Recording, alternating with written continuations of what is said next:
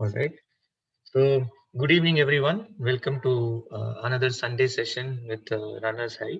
Every Sunday, we organize information sessions on various topics. And this Sunday, we are meeting with many doctors who are part of the Runners High group, either running with us or who have been running in the past with us or still associated with us through various initiatives that we are involved in with the educational initiatives and other initiatives that we work with the disadvantaged, and they have all been very helpful and very considerate in helping us organize this session.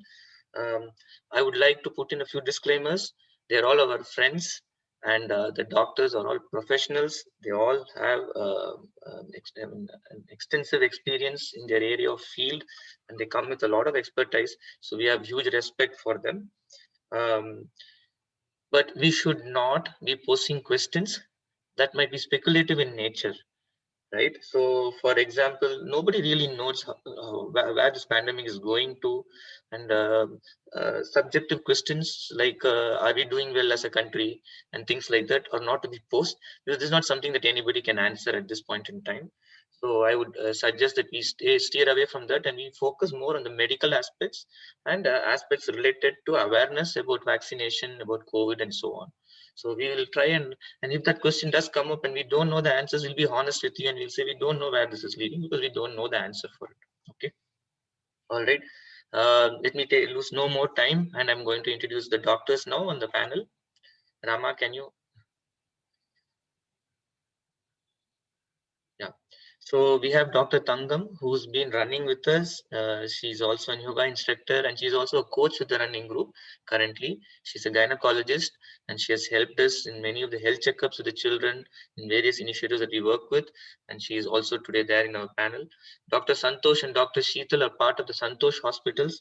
They've done a lot of help for us in helping children and families that are in need, even during the COVID situation. Dr. Santosh, in fact, was involved fully in taking care of COVID patients and in leading the hospital through the COVID pandemic. And Dr. Sheetal was, in fact, in charge of the infection control in the hospital, trying to ensure that the hospital maintains high standards. Um, Dr. Venkatesh is a cardiologist who has been associated with Runners High for more than a decade. He was one of our first doctors. He's been helping us through the years in many, many capacities. He's done many sessions for us in the past. He's also worked with all our children. He has done free cardiac health checkups. He and Dr. Raghunath are also part of a trust known as Pacemakers Trust, which does a lot of initiatives with the disadvantaged, and they do free surgeries, free health initiatives, and so many things with the people who are in need, and they have helped our schools and initiatives as well. And Dr. Venkatesh is someone we respect highly, and someone who's helped us in the field of fitness as well, because it's closely related to cardiology. So we welcome Dr. Venkatesh also. I'm not sure if Dr. Aditi is there. She's actually working on the ground, and she actually had an assignment even now. So she might not join us. And I understand because she's working 24/7 and is quite busy. But if she's around, then I'm thankful for her to make it to the session. And she works in the area of community medicine. Again, she has done sessions, camps, awareness initiatives with our children in the schools, and she's done a lot of initiatives with the government in various capacities in the field of HIV/AIDS, tuberculosis, and so on. And she has helped our initiatives also in many, many capacities. I welcome her to the session also. Thank you for helping us out. Dr. Raghunath is sort of leading the forefront in the COVID fight. He's part of the BBMP and the government system. He's the health officer for the Mahadevpura and Bangalore East Zone, and he's been very, very helpful. Even through these busy times, he's been answering our questions and helping us and guiding us through the initiatives, helping our children. In the past, he has helped us get support from the government for our health initiatives with the children and schools, and he continues to help us. He's a dermatologist by specialization, and today he's joining us, and he'll be giving us a lot of insight into how the government system works and what we are doing in this front. There's Dr. Govind, who's also a dermatologist and who's also helped our children through health checkups and also through various means, helping getting medicines for our initiatives in children from various aspects. So thank you if Dr. Govind is there, and thanks for being a part of the session and helping us and guiding us. And there's Dr. Priya. who many of you would know, who's running with us and who is also an endocrinologist and diabetologist. She's been part of many sessions and awareness campaigns, and she's also helped us with our children's health checkup, the parents of the children. And every time I take the liberty to consult any of the doctors here for any help required, and they've never refused, and they've always been happy to help us. So we are very thankful, even through their busy schedules. And though Sunday might be the only day they get off, or maybe some of them are also working on Sundays, they've made this time out for us. We are really thankful that they could do this for us. Thank you and welcome. And let's lose no more time and we'll get into the session. Coaches Rama and Ramki will lead us and moderate through the session. Thank you, everyone. Yeah, good afternoon, everyone. So let's get started. So as Santosh mentioned, so myself, Rama, and Ramki will be taking you through a set of questions. So let's go ahead. So we initially, so doctors can feel free, any one of you, if you're comfortable in answering, you can just let us know your responses. Okay, the first one, few questions are on related to the vaccine dosage. So first one, it goes like, what's the recommended gap between first and second dose of Covishield vaccine, particularly for seniors, if that is really a factor? With talks of the supply decreasing, is it better to take the shot sooner than later?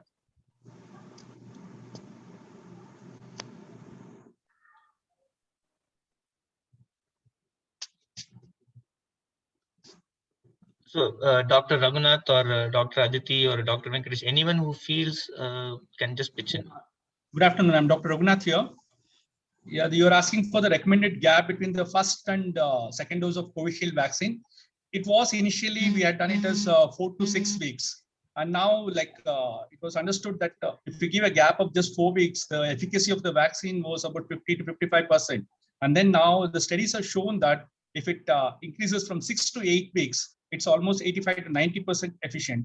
So now since a month, now since about 15 days, we have the gap is about 6 to 8 weeks, both for seniors and for all the people who are vaccinating. And there's no talks of the supply decreasing or anything as such. And so it's better you just adhere to that schedule of 6 to 8 weeks once you're vaccinated the first shot. Okay. So any time between 6 to 8 is fine. Nothing like you have to go as soon as possible. Okay. Nothing. Fine. Thanks, doctor. Okay, so this next one is regarding doctors yourself. So we keep hearing that the doctors who got 2 doses of the vaccine are getting infected. Is it just rumor? If it is true, then what's the difference between getting vaccinated and not? We had a lot of doctors getting infected before the COVID vaccine was given. Even now, we have had a few doctors getting infected after the second dose as well. The difference has been that the number of doctors who got infected after the second shot of COVID have been far less than the number of doctors who got infected in the first place. It's possible that, we also had subclinical infections because many doctors were working in the front line, and there have been subclinical infection, and therefore there was some innate immunity that was developed. But overall, if you look at it, then the number of doctors getting infected after the second dose have been really less. And among the few of them who did get infected even after the second, most doctors which we heard of among discussions within our forums as well as personal discussions, these have been very minor infections. So this goes with the world experience that once a COVID vaccine has been taken, the infection severity is low. So COVID vaccines may not completely prevent infection, but wherever the infection has happened, the clinical manifestations have been less severe. Fatal infections have been less severe. So in all these days of, ever since February, since COVID vaccines have been rolled out for doctors, we have just heard of one doctor. I have just heard of one doctor who was got seriously infected and been in the ICU. He's currently in the ICU, not in Bangalore though. But otherwise, we have not heard of any doctor who's become critical enough to require hospitalization or oxygenation or ICU care. So I believe that it goes with the general consensus that infection can still happen, though the frequency of infection is going to be less. When the infection happens, it is going to be less severe, and certainly the requirement for ICU admissions and fatalities are going to be less. Now, I would like to answer another question which was raised by a friend of mine actually yesterday. What happens to patients who receive the first dose of vaccine and get infected before the 4 weeks? Because prior to this new advisory or an unofficial advisory that we should wait for 6 to 8 weeks, all of us received the second dose after 4 weeks. But in the event that a person receives one dose and waiting for the next, and within the next 4 weeks, if the patient develops COVID infection, what happens to the vaccination schedule? So actually, when we look at the literature, the reported literature, we have not much information about what happens to patients who have received the first dose of Covishield or Covaxin. On the other hand, the other vaccines, like for example, the Johnson & Johnson vaccine, which is only a single dose vaccine, as well as the other vaccines which are available elsewhere, when the 2-dose vaccines, what has been noted is after the first dose, if a second dose, if the patient gets infected within the next 4 to 6 weeks, if the second dose is taken, there is slightly increase in the adverse reaction. Therefore, outside it is the Moderna vaccine, it has been recommended that if a patient gets COVID infection after the first dose, then the second dose should be delayed for some time. So going by that, it has been an unofficial discussion among doctors' circle that if I receive the first dose and unfortunately get infected by COVID in the next 4 weeks, then one should wait probably for 8 to 10 weeks and then take the second dose, slightly delay the second dose beyond even what Dr. Raghunath said, beyond 6 to 8 weeks, maybe 8 to 10 weeks, and then take. There is not much evidence about what happens to the efficacy of the vaccine if it is taken beyond 12 weeks. So maybe it's a good idea to time the second dose after 10 weeks of the first dose in case, in the interim period, somebody gets the COVID infection. Venkatesh, there is also another theory like that. If it after the second dose, like you have to wait for about 2 to 3 weeks for the antibodies to develop.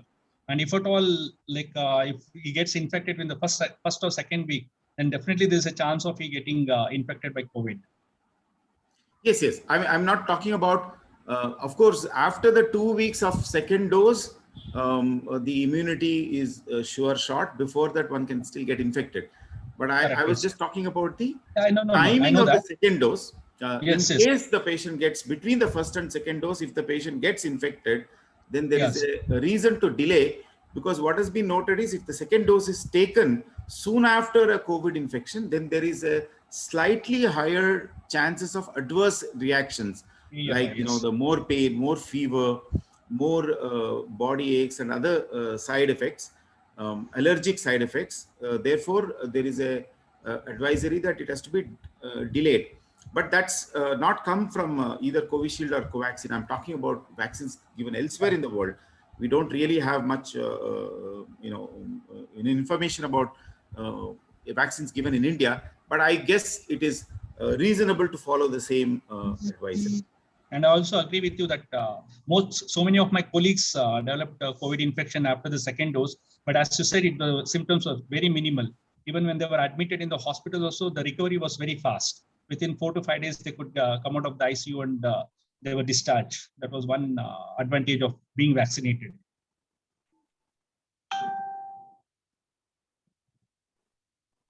Okay. Thank you. Thank you, Dr. Venkatesh. So moving on, to the next question. In runner side, we've kind of told our runners that typically, after about a vaccination, take a good about 4 days of complete rest or don't do any physical activity. But we're also hearing these reports typically which say that there could be reactions even up to 12 to 15 days. Is this true or is it more of a speculation? If it's true, and what kind of reaction?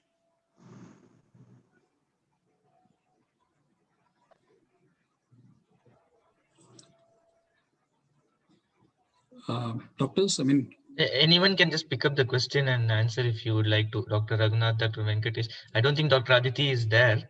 So you can go ahead and answer. I think whoever is on the field and observed. I think Dr. Raghunath, you might be more Yeah. experienced. Yes, like we have had what is it, 24 to 48 hours, we've had a lot of minor reactions like having fever, myalgia, giddiness, and small reactions.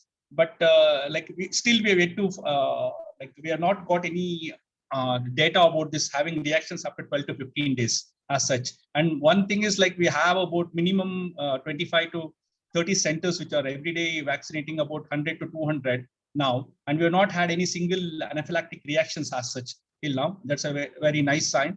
And minimal reactions have had after 24 to 48 hours. 12 to 15 days, we don't have any data as such. Can you explain what is anaphylactic reaction?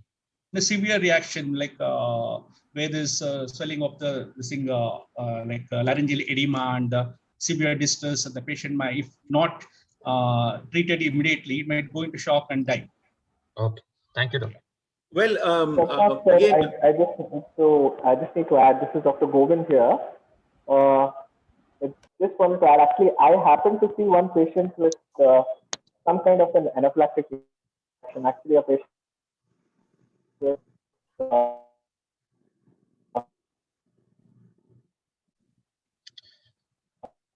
Dr. Govind, you're breaking up. angioedema that occurred. Acute urticarial angioedema that occurred about 3 days. So we did treat him for in the hospital for about 2 days, discharged him and gave him medication. We did report this reaction to the nodal officer also, but apparently the nodal officer was not very keen to understand that it was due to the vaccination. However, in such kind of a patient, we have advised him not to take the second dose of the vaccine.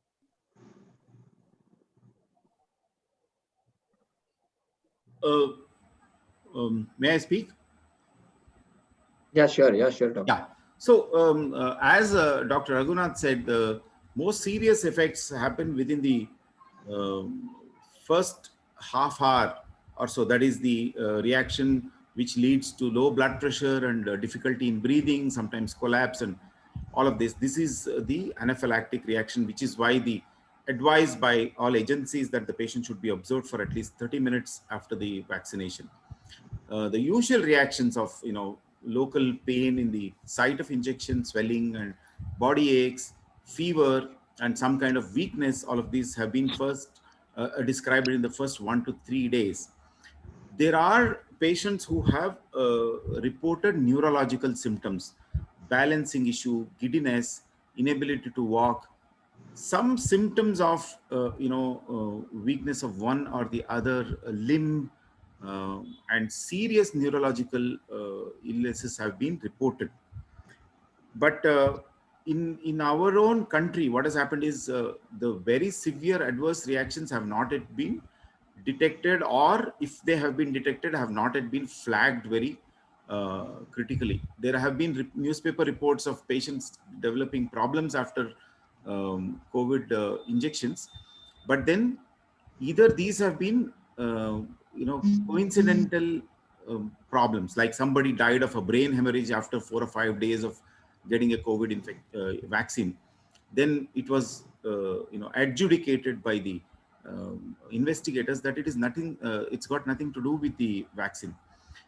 Also, maybe there is some kind of an underreporting of a few of the reactions. It doesn't look like that it is completely free of serious adverse reactions. But only thing is, as Dr. Raghunath said, in personal experiences, like many of my colleagues, amongst all of those doctor fraternity, or thousands of my own patients have received COVID vaccination. And as Raghu said, several hundreds of centers giving vaccination, severe reactions have not yet been reported, especially beyond 48 hours. So I think it is safe to assume that if we have not had any major problems within 48 hours, we can perhaps resume our daily activities, including the exercises, running, etc., without having to think about what will happen and then delaying our daily activities. We don't have to wait for 12 to 15 days to resume our running, is what I feel. So 48 hours, no problems. I think one should go on with the rest of the life, including running as an activity. So what we have been doing, Dr. Venkatesh, is that most people are seeing their reactions. Most of the folks who we have been working with the runners by the second day, and it persists for a day. So once they get the fever or headache, it stays on till at least till the third day. So to be on the safer side, we just said rest for 4 days and then start out in general. And we've never had anyone who had reactions if they were persist for more than 1 or 2 more days, and we don't want to take a chance. And basically, we don't want them running with a fever because that can also cause issues. And then they'll mistake it to be related to the vaccine. So we don't want that also to happen.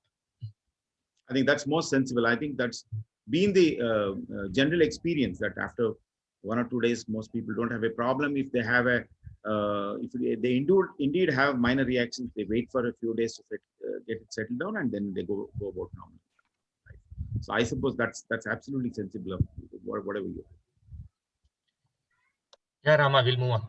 Okay, thank you. Moving on. Okay, so there are couple of questions related to the blood. So there's something like there are concerns about blood clotting or other reactions to AstraZeneca, which is another vaccine. So are these of concern for people who are taking Covishield? And there's one more question also related to people on blood thinners. They are also worried. So is this vaccine recommended for those people as well? So I'll take both these questions about the blood clotting reactions related to AstraZeneca virus, vaccine, as well as that about blood thinners. So I'll answer the one about blood thinners first, because I think that's more widespread issue affecting a lot of people. Now, the whole confusion started off because both the Serum Institute as well as Bharat Biotech, when they rolled out their vaccines, put on their websites that people with blood thinners should avoid taking COVID vaccines because there are some side effects. But immediately what happened to that was a lot of doctors like myself who deal with patients who are almost everybody is on, all of my patients are on blood thinners because I'm a cardiologist. So we all raised this issue, and via social media as well as directly writing to both these companies, they quickly withdrew this recommendation that there is no advisory against patients taking COVID vaccine while on blood thinners. Unfortunately, what happened was by the time all this happened, the question about blood thinners had become quite widespread. The advisory about not taking a vaccine while on blood thinners was on the front page of newspapers, and that it is not a big concern came in the 7th page. So therefore, the WhatsApp University had already become active, and this has gone widespread. Now the recommendations are like this. There are two kinds of blood thinners people are on. One of them, one of the groups of blood thinners is called as antiplatelet agents. These are, let's say, colloquially, we can say that these are less stronger or minor blood thinners. And the drugs which we are talking about are aspirin, clopidogrel, prasugrel, and a drug called as ticagrelor. So once again, I'll repeat the names: aspirin, clopidogrel, prasugrel, and ticagrelor. Now, these are medications which are given to thin the blood after a heart attack or after a stroke or after procedures such as patients undergoing an angioplasty and stenting, sometimes after a bypass surgery. Now, these are absolutely fine for the COVID vaccination. If a patient is on any of these 4 drugs, there is really no need for interruption of the therapy of these drugs. They can just go ahead and take the medication. There are absolutely no increase in the problems which patients develop after getting this COVID vaccination while on these 4 medications. Unfortunately, what is happening is when the patients go to the vaccination centers, the paramedics who are on the site are often telling that you should stop the blood thinners and come after 2 or 3 days. So this advisory is not at all good. Some of these patients, it is very dangerous to stop these medications. And in fact, there are patients who have worldwide, patients who have stopped these medications before the vaccination and developed serious complication. For instance, if a patient has had a stroke and these medicines are stopped, there can be a recurrence of stroke. If a patient has had a stent in the heart and these medications are stopped, the stent can clot and cause a massive heart attack. So therefore, if a patient is on antiplatelet therapy, minor blood thinners, aspirin, clopidogrel, prasugrel, ticagrelor, there is absolutely no need for us to stop these medications before COVID vaccination. There is another set of blood thinners which are called as anticoagulants. Let's say these are more powerful than the previous group I spoke about. So these are more powerful blood thinners. Let's say these are major blood thinners. The drugs we are talking about are, in India, azithromycin, warfarin, and a set of medications called as direct oral anticoagulants, dabigatran, apixaban, rivaroxaban. So I'm going to repeat this again. The first 2 drugs belong to a group called Kumaral group. These are azithromycin and warfarin. The other 3 are called as direct oral anticoagulants. They are dabigatran, apixaban, and rivaroxaban. So now these 5 are more powerful blood thinners than the first group of antiplatelet drugs which I spoke about. Now the advisory across the world is, do not stop these medications if you are going to receive the COVID vaccination. The problem that has happened is, if sometimes the blood thinning is a bit erratic after these medications. These medicines can thin the blood a little more than the first group of medications, because of which when an intramuscular injection of COVID vaccine is given, can lead to slightly more swelling, a blood clot formation, and a little more pain than the first group of medication. Therefore, some doctors have said that we should take care about giving COVID vaccination while the patient is on oral anticoagulants. Now, what is the care? When it is related to azithromycin and warfarin, there is a blood test which is performed to see how thin the blood is. That blood test is called as INR. It is also called as International Normalized Ratio. If the INR is less than 3, the blood is sufficiently thick for us to go ahead and get the vaccination without any problem. If the INR is more than 3, then the patient has to stop the blood thinner for a day or 2 and then take the vaccination and then resume the medication. As far as the other drugs are concerned, that is the direct oral anticoagulation, which are dabigatran, apixaban, and rivaroxaban, there is no advisory to stop the medication before taking the vaccination. There is no need to perform any blood test as well. However, having said that, there has been some patients who took the medication while on these medicines, who took the vaccination, the amount of local problems, that is the pain and swelling, have been more. Therefore, it is not unwise for us to stop these blood thinners, the oral anticoagulants, for 1 to 2 days before taking the vaccination and then resuming the next day.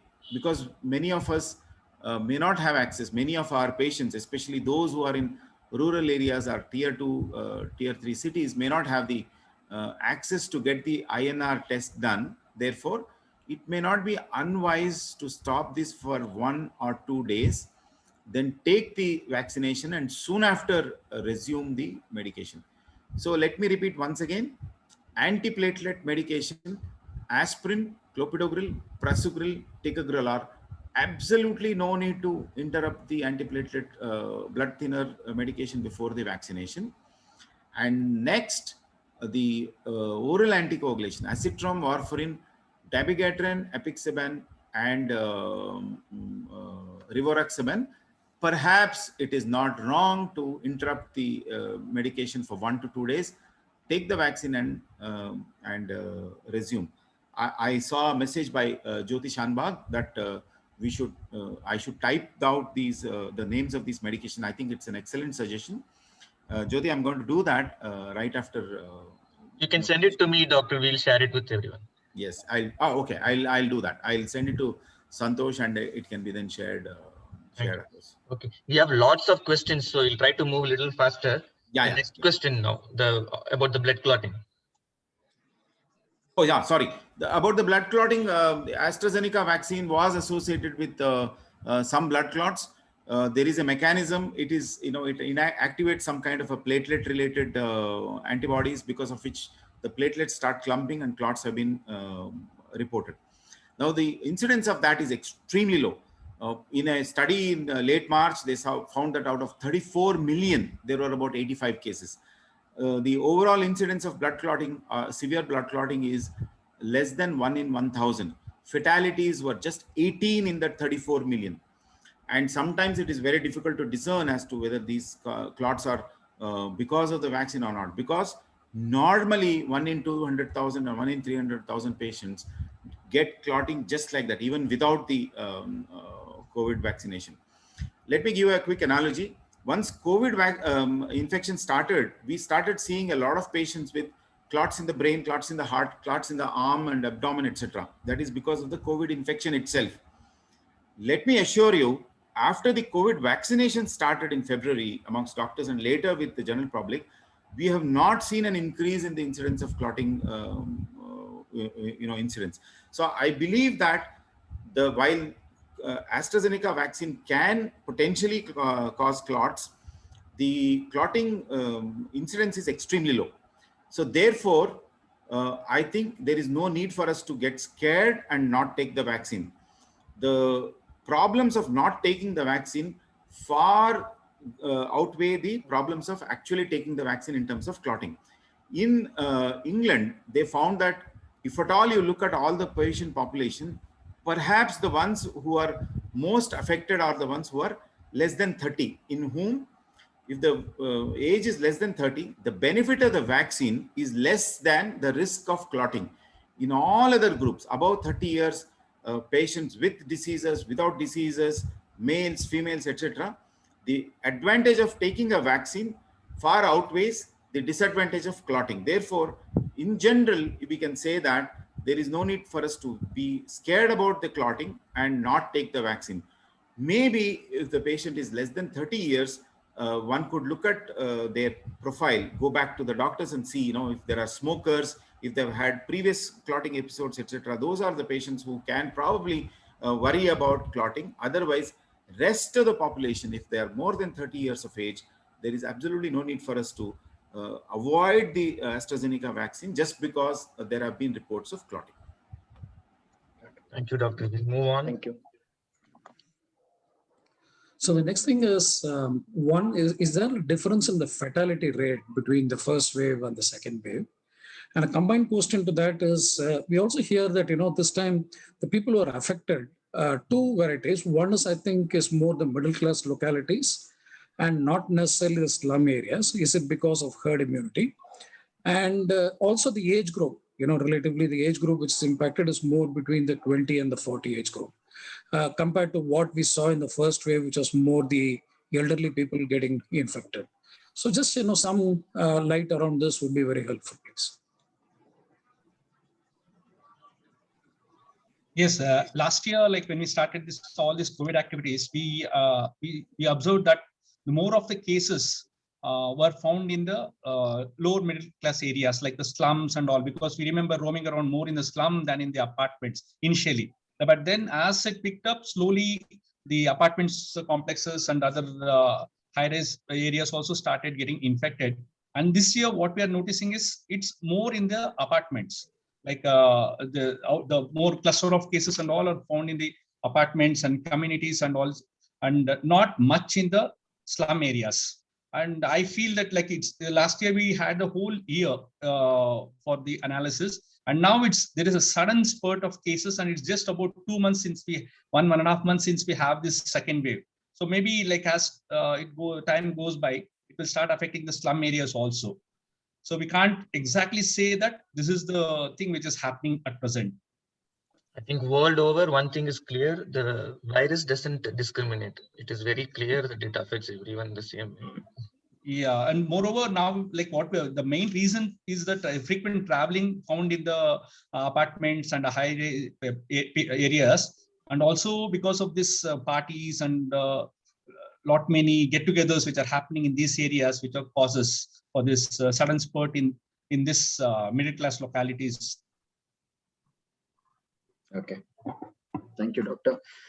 So moving on, so just a few questions on the long-term impact. So do we have enough information as to the long-term impact or side effects of this disease, as it's been more than a year now?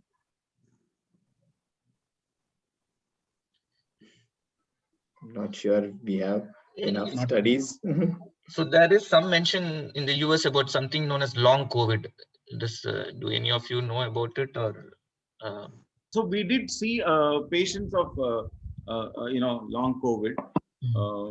There are patients who continue to have lung disorders beyond the time of recovery. So some of them have quite become disabled because of the amount of scarring that the lungs have been left with. The other common thing which we saw was the heart. Many patients who developed what we call as myocarditis, that is weakness of the heart muscle during the active infection. That's common actually. Viral infections of the body can lead to a weakness of the heart muscle, and that's been seen with H1N1 and other viral infections, including flu. But then there is usually a recovery from that, and we saw that many patients of COVID who developed myocarditis during their active infections have continued to have residual, that is remaining weakness of the heart. But right now we are going through a study, we are performing a study of all the patients who are admitted in our hospital in Aster RV Hospital in JP Nagar. All the patients who were admitted underwent echocardiograms, and we have called them back after 6 months, and we are performing their echocardiograms. And we did see that some of these patients have had a residual weakness of the heart. So the most important long COVID impacts have been with the lungs and the heart. As far as the neurological system is concerned, there have been reports from outside, but then it's very difficult to say for sure that these are related to the COVID infection itself, because some of these neurological problems can be related to old age and diabetes and all that. But as I think time passes, we can come to know what is going on. The most vivid case of long COVID is the one of them I have seen.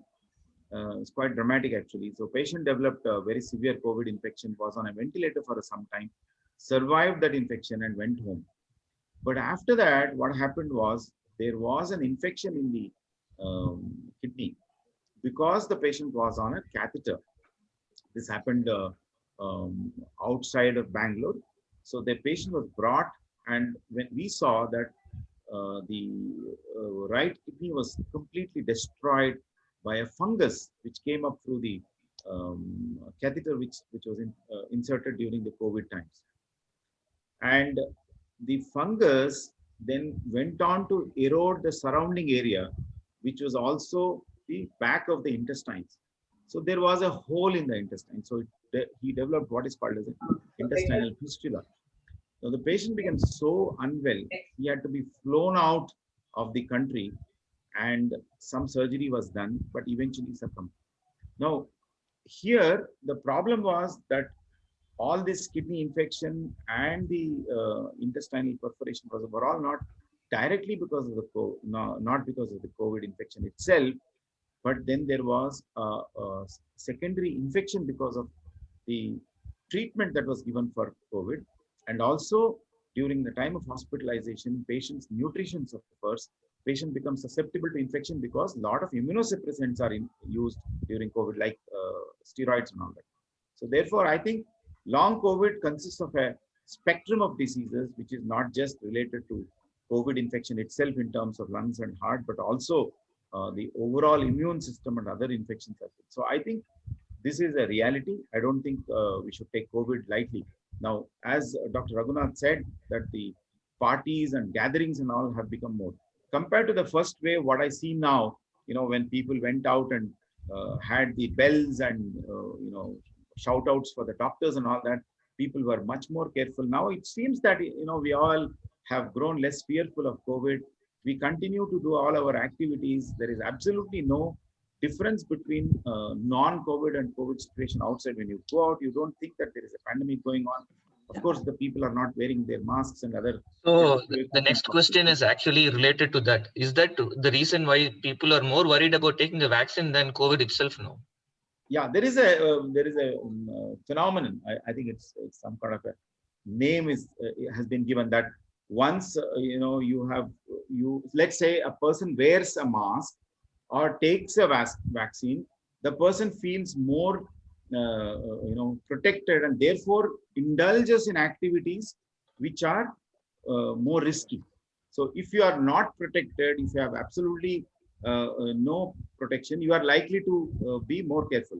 This has been seen in not just with COVID infection, even it's been seen that if a person has a seat belt, they tend to drive faster, and that kind of a thing has been known. So this phenomenon, it's a psychological phenomenon where people feel that they are more protected and therefore indulge in riskier behavior.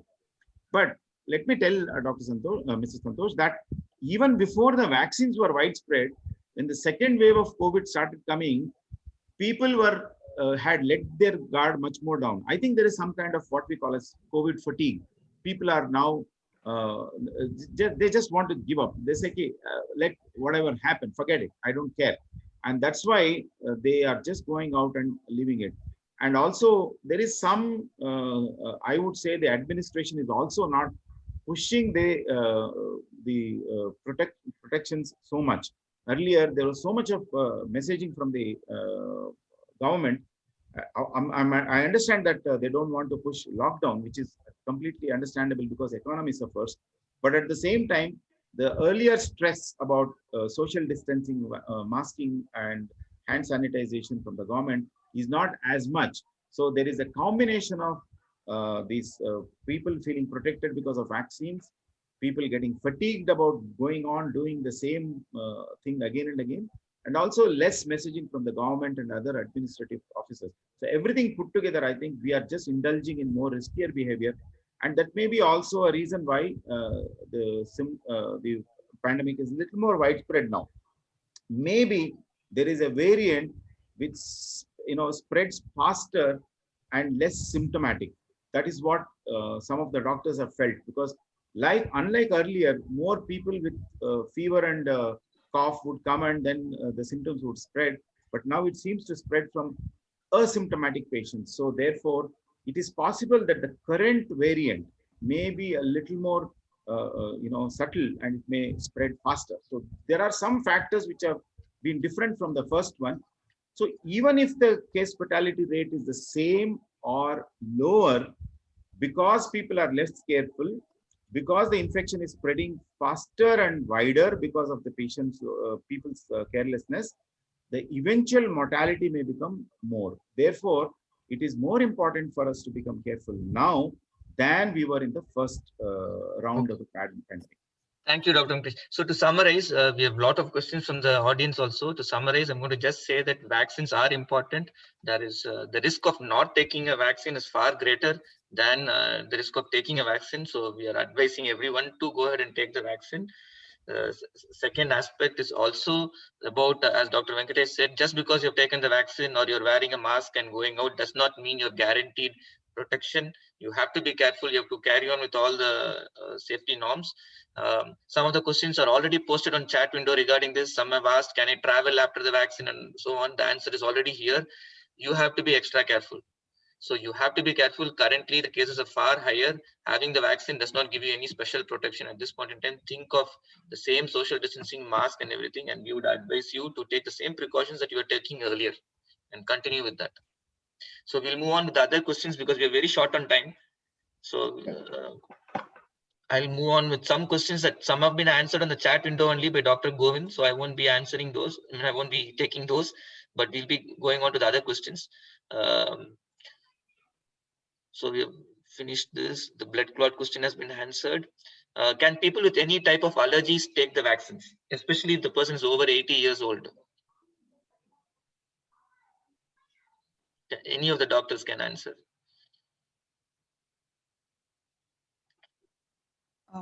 Santosh, I would say it's okay unless they're Priya here, by the way, unless it is, they're allergic to the specific components of the vaccine. It's only in people who've had a serious reaction like anaphylaxis that they'll have to be a little careful. Okay. Is it better to just check with the doctor and then let them check with their doctor because their Yes. doctor will know the allergies better. Okay. Thank you, Dr. Priya. So there was a reported case, Prashant. We won't be taking that as a question, but as Dr. Raghunath and Dr. Venkatesh said, there might be stray incidents that might not even be related to the vaccine. So unless we know what actually happened, we won't be able to speculate on that. What if the vaccine was the reason for giddiness after 5-6 days? But in most cases, it is not, and it is safe. Doctors, please pitch in. I'm trying to go fast on the questions. People are advised to stay at home for at least 3 to 4 days after the vaccination, as they could be vulnerable to catch an infection. Is this correct? Related to that is another question. Suppose someone has a cold or a mild cold or cough, will it get worse after the vaccination? Any of the doctors want to answer this? They're worried about infections because of vaccination. No, I don't think so. So I think once you receive the vaccine, one can go back and after 2 days of observation, if there is no side effects, I think one can go back. There is no susceptibility to infection because of the vaccine itself. It doesn't meddle with your rest of the immunity system. The other thing is that overall the precautions like masks and the vaccine itself may probably reduce for some reason other infections rather than increase them. So I don't think we should worry about them. And cough and cold, if it is there, if it is not COVID, you should treat it like any other flu and talk. I don't think it is related to the COVID vaccine itself. There is a decrease in the tuberculosis also cases now because of the continuous uses of masks. This observation has also been made. So in general, it is a good practice. So the next question is, after administering Covishield in the first dose, can we take Covaxin in the second dose, or should the same vaccine be maintained? It has to be the same vaccine. Like that is the government protocol at present. So we can't change it to a different vaccine. It has to be the same. These are different vaccines. The Covishield vaccine and the Covaxin are completely different. One of them is a live vaccine which is attenuated and carries the spike proteins. The other one is inactivated vaccine. They're completely different. They work. They stimulate the different parts of the immune system. Therefore, you can't change. If at all one vaccine has been given, and you can't shift over to the other one. So, Dr. Raghunath, this will be in our records, right? If they've taken the vaccine, and so yes. Like once you go there, like it's in the record. They will not give it yes, wrong. Aadhaar number and all. It won't allow you to take another vaccine. Yes, thank you, doctor. The next question is regarding the travel, which I already brought it up. I think you should continue with the safety precautions, more so now because the cases are higher than in the first wave. The next question is, any advice for asthmatics? Somebody is having asthma. Should they be worried about taking the vaccine or no? No, not really. I mean, in fact, people with respiratory diseases, heart diseases, diabetes, hypertension, etc., are the ones who are more susceptible. So, if anything, they are the ones who should take it first, as long as they know that they are not related. And asthma is like any other allergy. Therefore, Dr. Priya answered that question, that there is no specific reason to withhold themselves from taking vaccination if they are asthmatic. What does the data suggest regarding transmission through surfaces, groceries, packages, etc.? Earlier during the first wave, I remember last year around the same time, there's a lot of discussion on how to sanitize the things, but now there's not much talk. Is there any development on that front? Nothing which we have observed. No data about that. Okay. I mean, I personally, what I feel is that it was a whole kind of a ecosystem. Everybody felt safe to stand at distance with people. When you touch someone, when you touch something, you would sanitize, you bring things, you isolate them. I think it's the mindset. So there is definitely a thought process that surfaces don't transmit at all, but I don't think it has been completely disproven. While it may be being a little overcautious when we continue those kind of precautions which we took in the first round in April and May of 2020, it may not be unwise to resume that again, because what it does is, when we, in the family, in the household, when we try to practice that, it kind of constantly alerts us that, us, our parents, our children, that there is something serious going on, and therefore we have to be careful. So if anything, it's a psychological reinforcement that we are going through a pandemic. So I would strongly say that even though there is not much evidence that there is surface transmission, fomite transmission, it would still probably be a wise idea to at least partly resume some of those precautions which we took. And that, I think, it kind of puts our heckles up and we are a little more careful. Thank you, Doctor. There's a question on blood thinners. I think Dr. Venkatesh explained it beautifully already. So we'll be sharing the recording of this session, so you can look through that. And moreover, Dr. Venkatesh will be sharing some of the medicines and a little write-up, which I will share with all of you. So we won't answer that question. Yeah, Santosh, while you go through the last few questions, I'll just launch the poll. People can parallelly give the poll responses. Yes, please. So there's a poll about this session. Please do answer. The next question is, there is someone who's 22 years old who would be traveling abroad for studies. Now, Dr. Raghunath may be well positioned to answer this. Will that age group be getting vaccine anytime soon, or should she wait before she travels? So they're in a little bit of a fear as to whether they should be traveling now or after the vaccine. And like at present, we don't have any news from the government that when the next set of people will be vaccinated. So at present, it's just above 45 years. So maybe another 15 days or 3 weeks, we might get different, like we will be mostly, I think so, we will be vaccinating people like after the 30 or 35 or something like that. So below 18, I don't think so in the recent it will be done. Yeah, because they don't have enough studies for below 18, right? Yes, not much studies at all. But at the same time, it also depends on the country to which the person is traveling. Supposing the country says that we won't allow unvaccinated people, that becomes an issue. On the other hand, please remember that Raghunath explained it in the beginning itself, that after the first dose and the second dose, the earliest will be 4 weeks, and it will take another 2 weeks before immunity is there. So if one is worried about being susceptible to infection while travel and going to another country, then even if the government allows the 18-year-old and above to get the vaccine, it will be 6 weeks hence. So therefore, like how essential travel was not curtailed even during the pandemic. So if at all, if it's an important session, like for example, colleges start in July abroad. So I think they need not wait for that while taking social distancing masks. Imagine that in the last 1 year, if you have been able to be safe from COVID with whatever precautions you took, please take the same precautions and travel and go ahead and get the vaccine there when you go there. So is what I would say to many of my patients who are traveling but are not able to get the vaccine. Okay. The next question is, How is the scenario with regards to bed availability? Again, Dr. Raghunath might know more on this one. Yeah, at present there is just no crisis for beds in Bangalore, even the government and the private. Mostly the main reason being that last year we didn't have any idea like how the disease will progress, and so what we did was to be on a precautionary note. We kept on admitting everybody in the hospitals.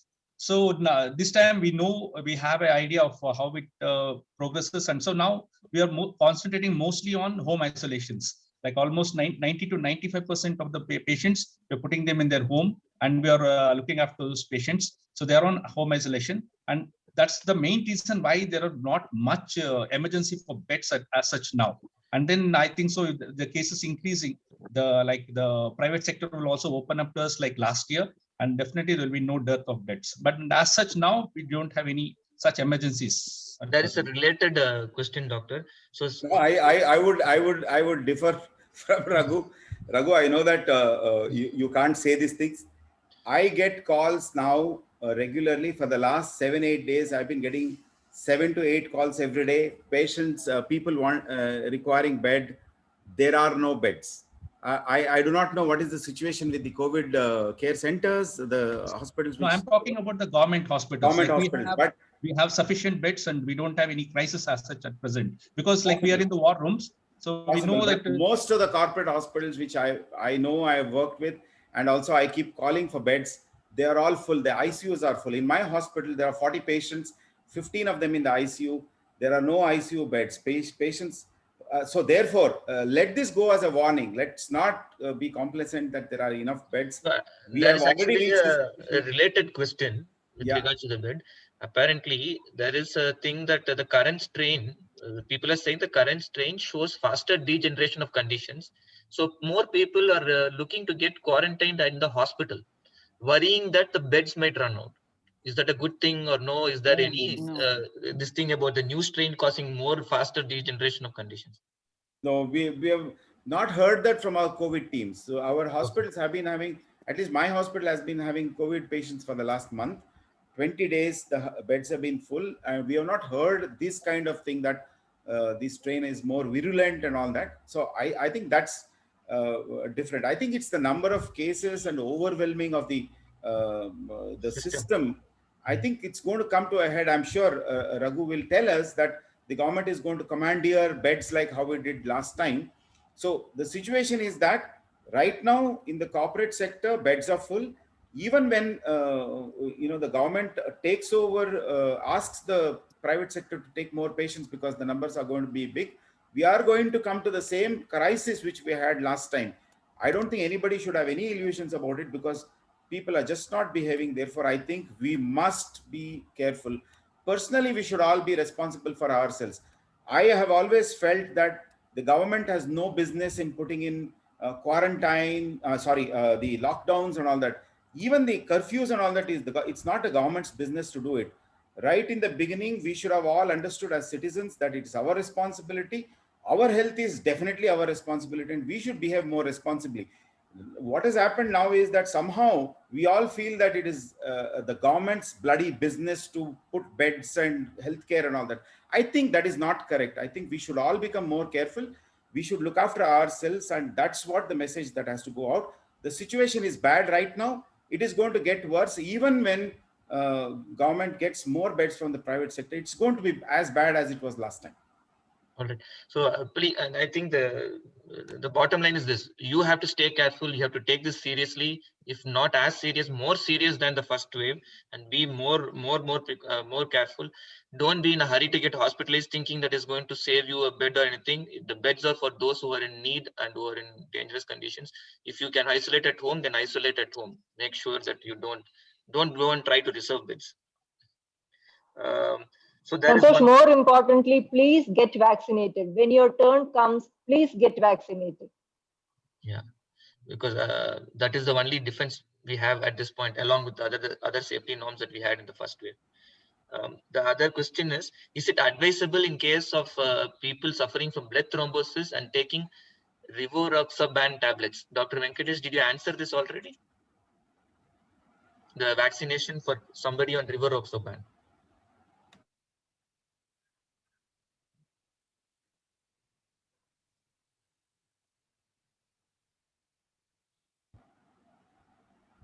Dr. Venkatesh, are you there?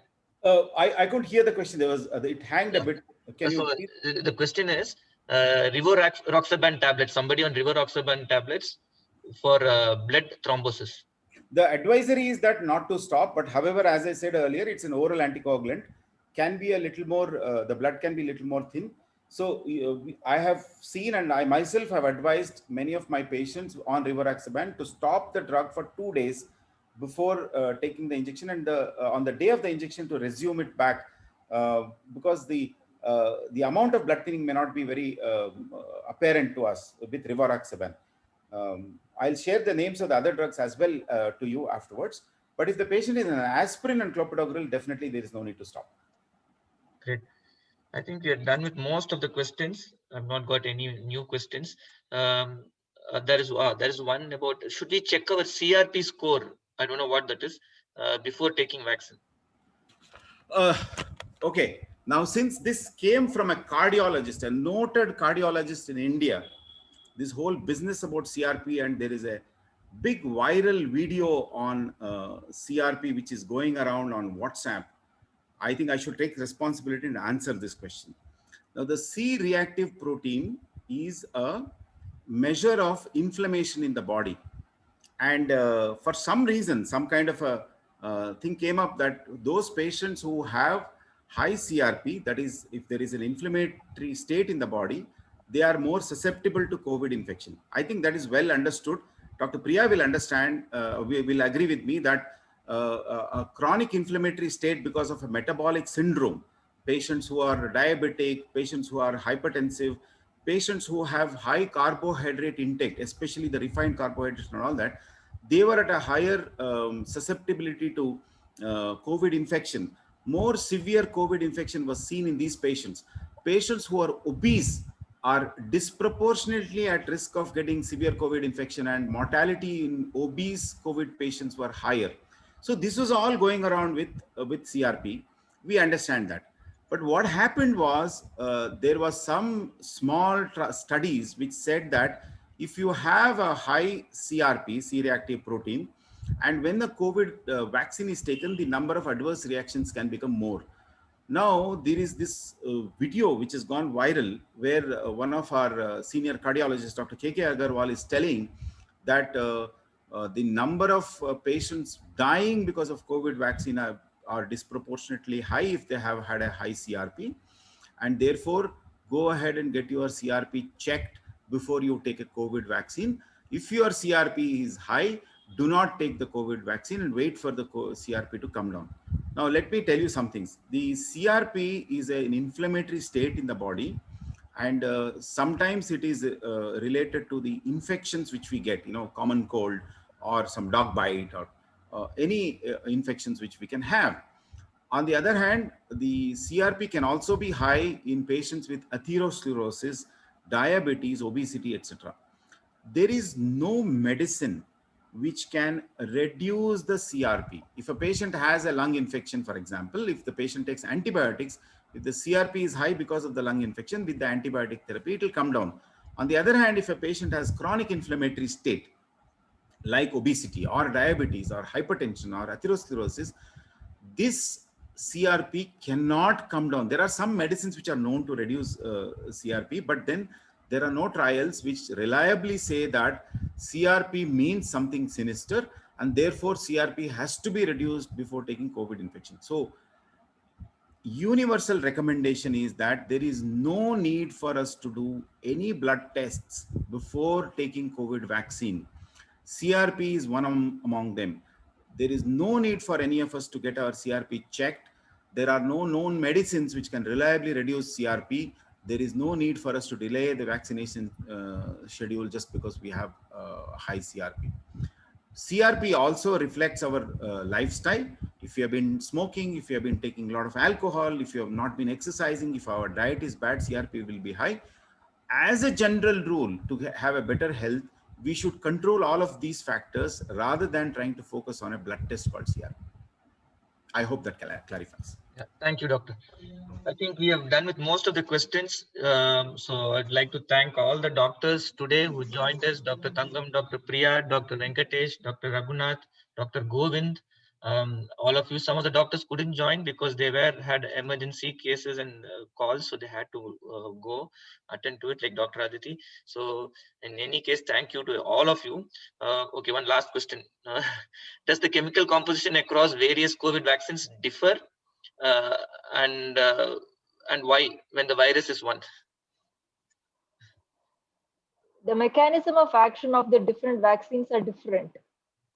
Dr. Venkatesh, can you elaborate on that? Some are inactivated viruses, some act against the spike proteins. There are different mechanisms of action, and that is why we have a multitude of vaccines, which is good for us. They act on different pathways and they block the virus. Dr. Venkatesh, Dr. Tangam said that the two vaccines which are available are different. The AstraZeneca Oxford vaccine, which is available as Covishield in India, is basically a inactivated vaccine. It has a live avian vaccine which has been inactivated in a way that it cannot replicate, and that has been injected with some kind of a spike protein of the COVID-19 so that the spike protein comes onto the surface. So now this the entire live vaccine, when it is injected, the spike protein is exposed to the human defense system, and the immunity is produced against that spike protein. On the other hand, Covaxin is an entire vaccine which is completely inactivated. It's a killed vaccine. The virus has no life in it. As it is, that's a difficult question to answer, because our virus is alive or not is a tough question. But this whole viral particle, which is inactivated, is injected, and the immunity produced in a Covaxin virus is not just against the spike protein, but it also is on other components of the viruses. So these are completely different. In addition to the viral proteins, whether it is spike protein or the whole virion, a vaccine also contains other things like a solvent, an adjutant.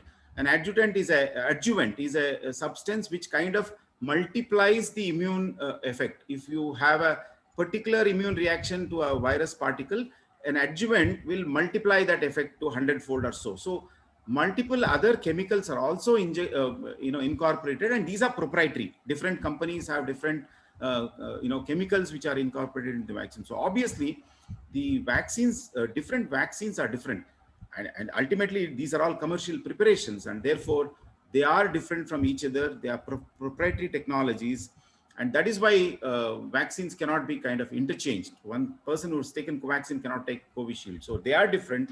And it's not like an amlodipine from different companies being the same chemical but they're different brand name. No, it is not like that. Thank you, Dr. Venkatesh. So one question that I missed, Dr. Priya thankfully answered that about cloth masks. Yes, even simple cloth masks will do. You don't have to get N95. You can use cloth masks. And as Dr. Raghunath concluded, it is very, very important that we use our common sense, stay safe, mask, and all safety precautions. And that is why even at Runners Away, we decided not to meet as a group. There are certain things that are more priority, which is our lives. So I think we should all take this seriously and sort of cooperate with each other and the authorities, and make sure that we are not getting this pandemic run out of hand. So let's all fight it together. Thank you to all the doctors who are there in the session. Thanks to each one of you. Santosh, if I may just say one word, Santosh. Please. Yeah, I just wanted to tell everyone that this so-called second wave may be due to what Dr. Venkatesh mentioned earlier. That's the Kurtzman effect. That is when there is safety measures mandated, like the vaccination, the perception of risk reduces. So people think because I am vaccinated, I am safe, and they take more risky behavior. So we have to avoid all the risk-taking behavior like partying, socializing. We are not yet there. We have to fight this pandemic, and traveling. We have to fight this pandemic back to the basics, back to mask, back to hand sanitization, back to physical distancing. Please bear in mind, we all have to fight this together. Thank you, everyone. Thanks a lot. Yeah. And thanks, doctors. So we'll catch up next Sunday. Thank you. Thank you very much. Thank you. Thank you. Thank you. Thank you, doctors. Thank you.